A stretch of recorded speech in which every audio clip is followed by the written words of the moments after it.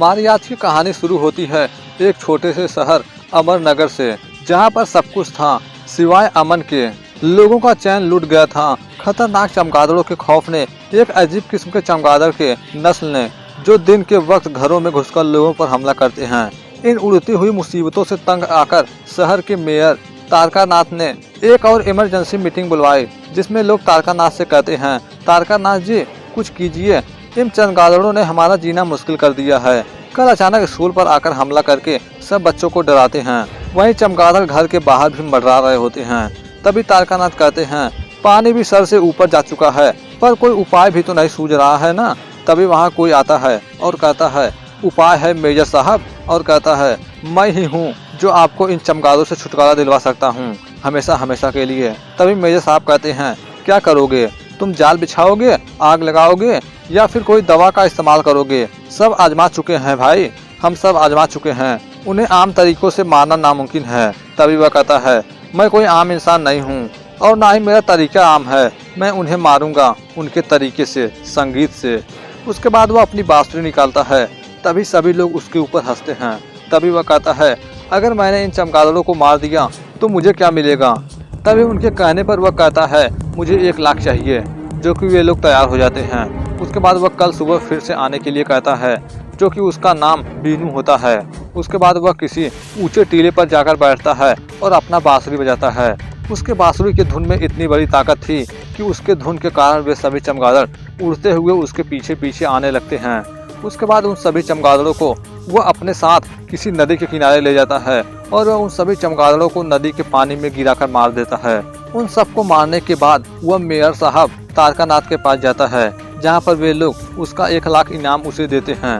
उन पैसों को देखने पर वह कहता है, ये क्या है मेयर? मुझे 1 लाख रुपया नहीं, 1 लाख डॉलर चाहिए मेयर। तभी मेयर कहता है, लेकिन तुमने डॉलर कब कहा था? तभी बीनू कहता है, मैंने रुपया भी कब कहा था? मुझे 1 लाख डॉलर चाहिए मेयर, यानी इस रकम का 50 गुना, यानी 50 लाख।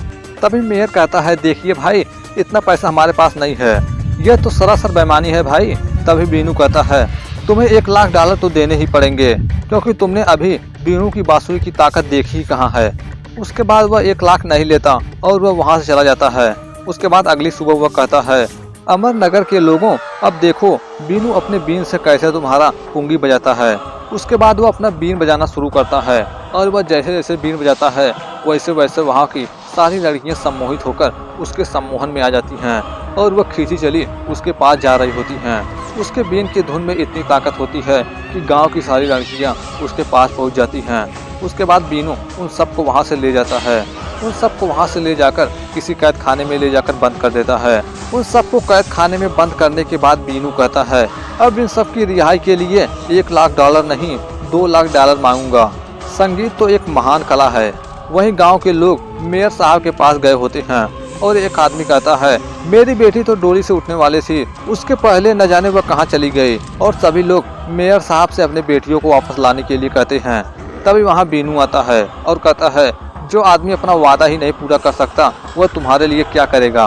और वो फिर से अपना बांसुरी बजाने लगता है, जिसकी धुन के कारण उन सबके कान फटने लगते हैं और सब के सब आवाज़ को सह नहीं पा रहे थे।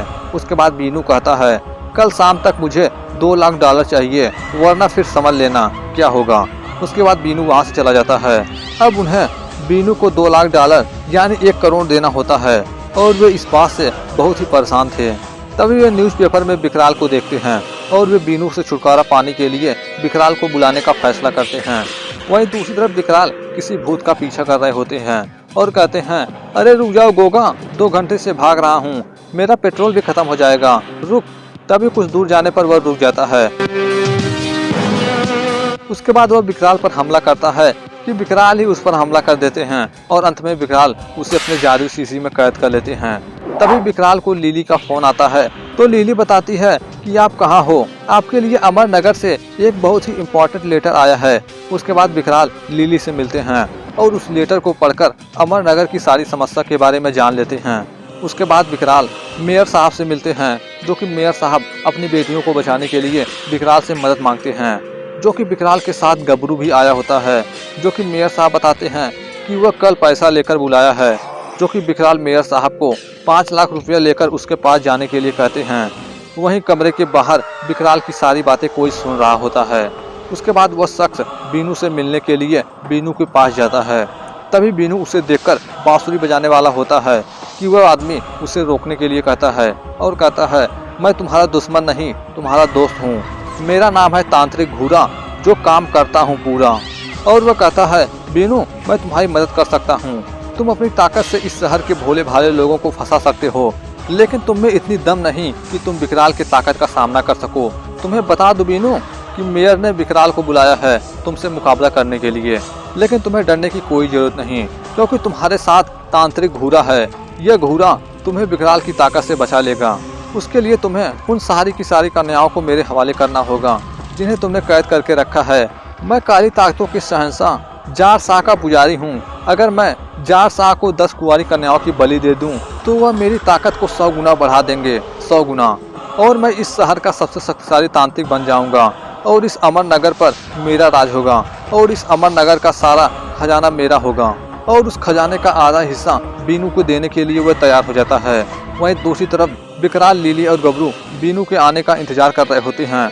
तभी थोड़ी देर बाद वहाँ बीनू उन्हें आता हुआ दिखाई देता है। उसके बाद मेयर साहब के पास वह जाता है और अपना पैसा मांगता है। तभी मेयर साहब उसे 5 लाख देते हैं और कहते हैं, बाकी तुम्हें आगे मिल जाएगा। तभी बीनू कहता है, मेयर तुमने 2-2 बार वादे तोड़े हैं और पूरा पैसा भी नहीं लेकर आए और साथ ही विकराल को भी अपने साथ लेकर आए हो। तभी मेयर कहता है, विकराल नहीं, विकराल यहाँ नहीं है। तभी बीनू कहता है, अभी पता चल जाएगा। और बीनू अपने बांसुरी को बजाने लगता है, जिसके कारण सभी लोगों की कान फटने लगते हैं और उन सबको बचाने के लिए विकराल को उनके सामने आना ही पड़ता है। तभी विकराल उनके सामने आते हैं तो बीनू कहता है, आओ विकराल आओ, दूसरे के कामों में टांग लड़ाना तुम्हारी पुरानी आदत है। तभी विकराल कहते हैं, अगर तुम्हें हमारी पुरानी आदत पसंद नहीं है तो मेरी नई आदत देख लो। और विकराल उसका बांसुरी छीन लेते हैं और कहते हैं, अब तुम्हारी बारी है बीनू। तभी विकराल उस पर हमला करने वाले होते हैं कि वहाँ पर वह तांत्रिक घूरा आकर उनके चारों तरफ कोई सुरक्षा कवच बना देता है। तभी विकराल उसे रोकने के लिए उसका बांसुरी बजाने लगते हैं, लेकिन वो बांसुरी विकराल से नहीं बजती। तभी अचानक वह बांसुरी अपने आप उड़कर बीनू के पास चली जाती है। तभी बीनू कहता है, विकराल तुम्हारा काम भूतों को पकड़ना है, बांसुरी बजाना नहीं। इस बांसुरी में से एक गलत सुर निकले तो यह वापस मेरे पास आ जाती है। तभी बीनू उस बांसुरी को बजाता है, जिसके कारण लिली उससे सम्मोहित हो जाती है और बाकी लोग, यहाँ तक विकराल का भी कान बांसुरी के कारण फटने लगता है। उसके बाद बीनू मेयर से कहता है, तुम्हारी बेटियां तुम्हें वापस मिल जाएंगी जब तुम पूरा पैसा दे दोगे। और वह वहाँ से चला जाता है, लेकिन लिली अभी भी उसके बस में होती है और वह भी उसके साथ चली जाती है। उसके जाने के बाद विकराल कहते हैं, भले ही पहली बाजी बीरू मार गया हो, लेकिन आखिरी बाजी विकराल की होगी। इस बीनू का तो मैं बीन बजाकर ही रहूंगा। पर उससे पहले विकराल बांसुरी बजाना सीखने की बात करते हैं। तभी मेयर बताता है कि एक आदमी है जो आपको बांसुरी बजाना सिखा सकता है, सुर महाराज, जो एक बहुत ही अच्छे म्यूजिशियन टीचर हैं। वहीं दूसरी तरफ बीनू अपने सारे पैसों को लुटा रहा होता है। तभी तांत्रिक घूरा कहता है, अब देखना बीनू, 2 दिन बाद आने वाली अमावस की रात को मैं इन बकरियों की बलि देकर इस शहर का सबसे शक्तिशाली इंसान बन जाऊंगा और बीनू सबसे अमीर। वहीं दूसरी तरफ विकराल पूरे एक दिन बांसुरी बजाना सीखते हैं। उसके बाद विकराल उस बांसुरी को बजाने के लिए खुद प्रैक्टिस करते हैं।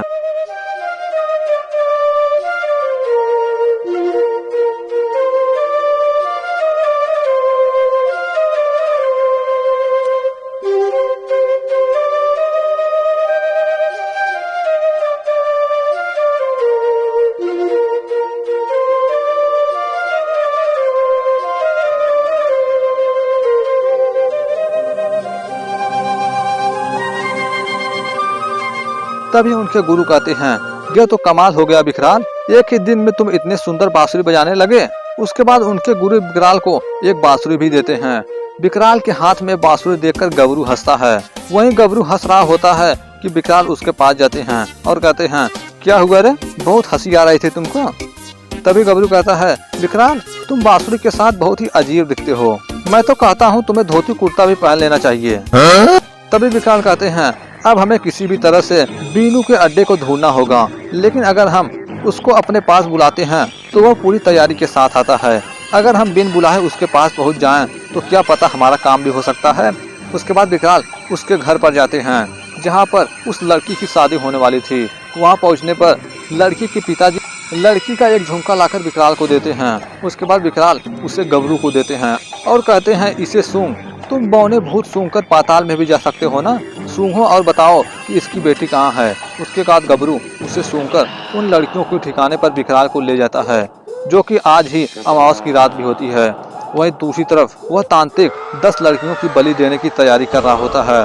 उसके बाद बीनू उनमें से एक लड़की को लाने के लिए कहता है, जो कि बीनू उनमें से एक लड़की को लाने के लिए कैद खाने में जाता है और उस लड़की को ले आता है।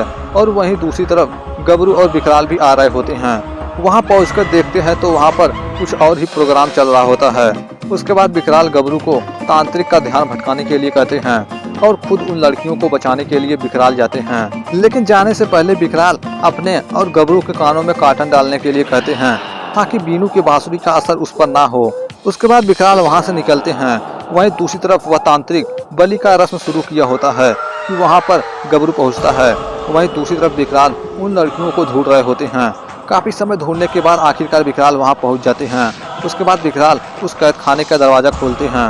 उसके बाद लिली सहित बाकी लड़कियों को वहां से निकालने की कोशिश करते हैं कि तभी वहां बीनू आता है और अपनी बांसुरी बजाता है, जिसके कारण विकराल उसके बांसुरी के धुन को सह नहीं पाते हैं। तभी विकराल उसके धुन से बचने के लिए पास में खड़ी किसी लड़की का ईयरफोन लेकर अपने कानों में लगा लेते हैं, जिसका कारण विकराल उसके धुन को नहीं सुन पाते और विकराल उसके बांसुरी को छीन लेते हैं। वहीं दूसरी तरफ वह तांत्रिक विकराल को खत्म करने के लिए अपने किसी एक शैतान को विकराल के पास भेजता है, लेकिन विकराल अपने जादुई कोड़ों से उसे एक ही पल में खत्म कर देते हैं। तभी वहां वह तांत्रिक भी आता है और वह विकराल पर हमला करता है, लेकिन किसी तरह विकराल अपने हथियार से उस पर वार करके उसे खत्म कर देते हैं। लेकिन वह मरने से पहले विकराल पर भी हमला कर देता है, जिसके कारण विकराल के हाथ से वह बांसुरी नीचे गिर जाती है। तभी बीनू इसी का मौका देखकर वह बांसुरी उठा लेता है। उसके बाद वह विकराल को चोट पहुंचाने के लिए बांसुरी बजाता है, लेकिन वह बांसुरी नहीं बजती, क्योंकि असली बांसुरी तो विकराल के पास थी। उसके बाद विकराल असली बांसुरी के धुन को बजाते हैं। काफी समय धुन बजाने के बाद बीनू कमजोर पड़ने लगता है और अंत में विकराल उसे अपने जादू शीशी में कैद कर लेते हैं। उसके बाद विकराल उसी बांसुरी को किसी दूसरे धुन में बजाकर उन सभी लड़कियों को बीनू के सम्मोहन से छुड़ा लेते हैं। उसके बाद उन सभी लड़कियों को मेयर के पास ले जाते हैं। तभी मेयर कहता है, यह बांसुरी भी कमाल की चीज है विकराल, सही तरह से इस्तेमाल करे तो कितना अच्छा काम हो सकता है। तभी विकराल बताते हैं कि भाई साहब, इंसान भी एक ऐसी बला है, उसके हाथ में आई हुई हर जादुई चीज का अच्छा इस्तेमाल कम और बुरा इस्तेमाल ज्यादा होता है, इसलिए ऐसा ना हो। इसलिए विकराल उस बांसुरी को तोड़ देते हैं और कहते हैं, ना रहेगी बांस और ना बजेगी बांसुरी।